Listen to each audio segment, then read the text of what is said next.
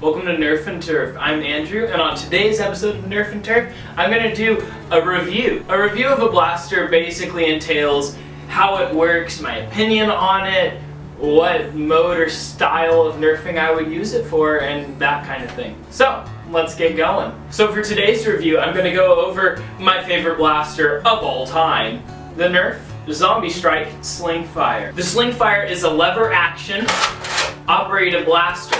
It's a spring powered, whereas opposed to most spring blasters where it's something you pull back and that sets the spring, the way it's a spring that sets back and then the plunger ejects the air to fire the dart. Instead of pulling back the spring mechanically like with a pump or like with a handle, instead you're using a lever. And so it's a lever action system where it's got gears in here and the gears are pulling everything back. And so it's like that. And so your hand stays very close to the trigger at all times. It's pretty fun. I really enjoy this blaster. I know a lot of people have a hard time with it, especially people in the younger demographic. I've noticed that people under the age of 12 have a very difficult time operating this blaster smoothly, mainly because if you pump it halfway and then pull back, it gets stuck and then you can break the gears. Instead you have to pull it, push it all the way out, and then you can bring it back to fire. The positives, in my opinion, of this blaster is that it gets a decent rate of fire. No, it doesn't get the rate of fire that a Strife would or a Desolator would. Those are semi-automatic electric systems. However, with those systems, you're very loud every time you fire. With this, yes, that is a loud sound, but you have all this potential energy stored up now. So I can sneak around and then just get one good shot off them. They didn't even see me coming. So that's why I like spring-powered blasters a lot. And this one has a decent range. No, it's not the hardest hitting Nerf blaster. Yes, you can modify it to hit a lot more. However, I like the distance it can hit at the moment.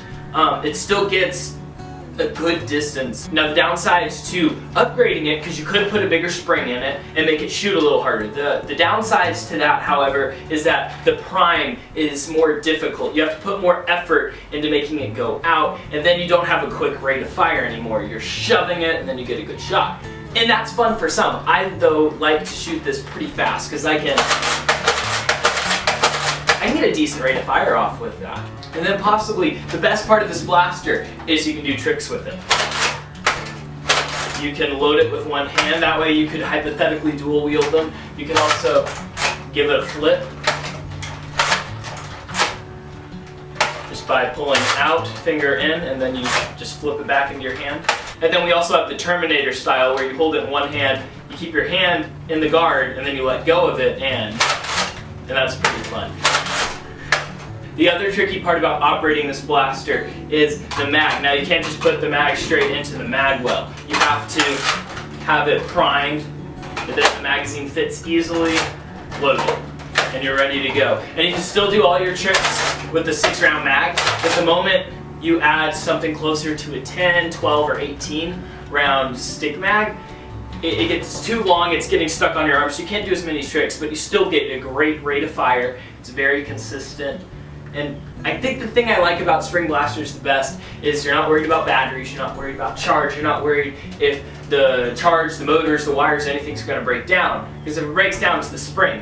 And that doesn't happen too often, but it can still happen because it is a breech system blaster, and that breech can trap the dart, it can catch them, and they'll get stuck. And then you have to get them out. However, it's a fairly simple process. Generally, you just gotta get your mag out, and if something's stuck in there, you got your breech that you can open up, get something out, that's the jamming door, and then keep firing.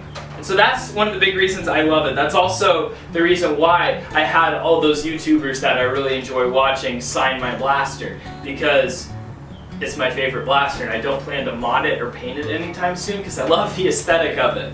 It's, you know, it's got a weird zombie feel to it. However, I know that for a while Nerf was trying to do more of a Western theme with the Zombie Strike, and then they realized, no, let's go for the hodgepodge. But for this one, it had a very Western feel to it, and I love the Wild West. I used to live in New Mexico, and so I love the Wild West, the cowboys, and the bandits feel. So that's why I love using this blaster. Alright, let's fire a couple darts. Alright, so let's fire off a few rounds with the Slingfire. let's fire off a couple rounds with the Slingfire here.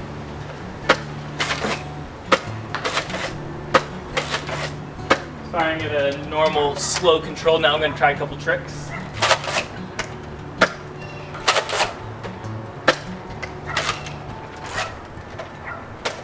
Alright, I'm going to try with another 6-start mag.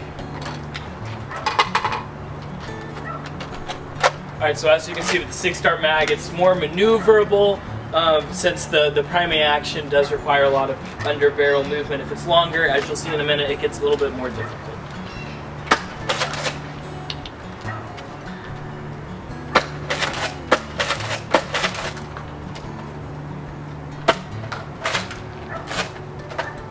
Now I've got a 12-dart mag that I want to show you.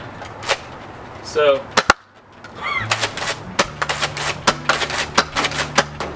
I'm going to try to do it. See, it catches my wrist there, watch. So you can still do those flips with it, but you can't do the one-handed action kind of thing.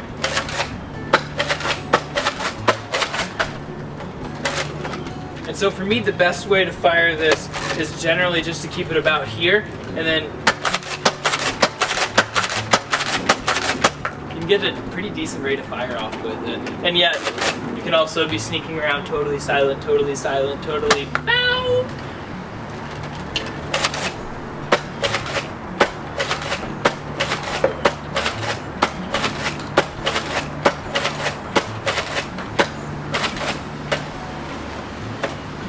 Alright, there we have it. Alright, I also wanted to show another blaster that is very comparable, but vastly different, and I'll let you know why. So what I have here is an Air Warriors Ultra Tech. It's the Sentinel is what it's called. So it fires a whole lot harder than the Slingfire, and it still is lever action. But the problem with it is the lever action priming bar is metal, and that really hurts your hand. So I'll try to get 6 shots off. So it's a lot harder to prime. Don't know if you can hear that, but it's shooting a whole lot harder. The problem is, it just really wears on your hand that's pumping it, because you're trying to push with the front of your hand against it, and you just can't get it off fast. Now, I've seen people use these as like sniper rifles, and so they get 1 hit,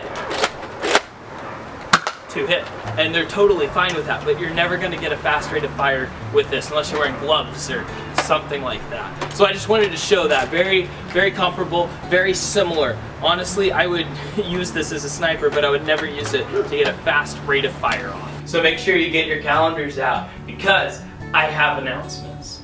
So the first announcement is that I will be doing a live painting tutorial on the Nerf Rebel crossbow blaster that I've had in my workshop for a while now, and I'm finally going to paint it up and work on it a bit. And so I'm going to be doing that on Thursday, May 3rd. Now that's in 2 days, so today's May 1st, happy May. So we're going to be doing it on May 3rd, not the 4th, because that's Star Wars Day, and that gets its own day.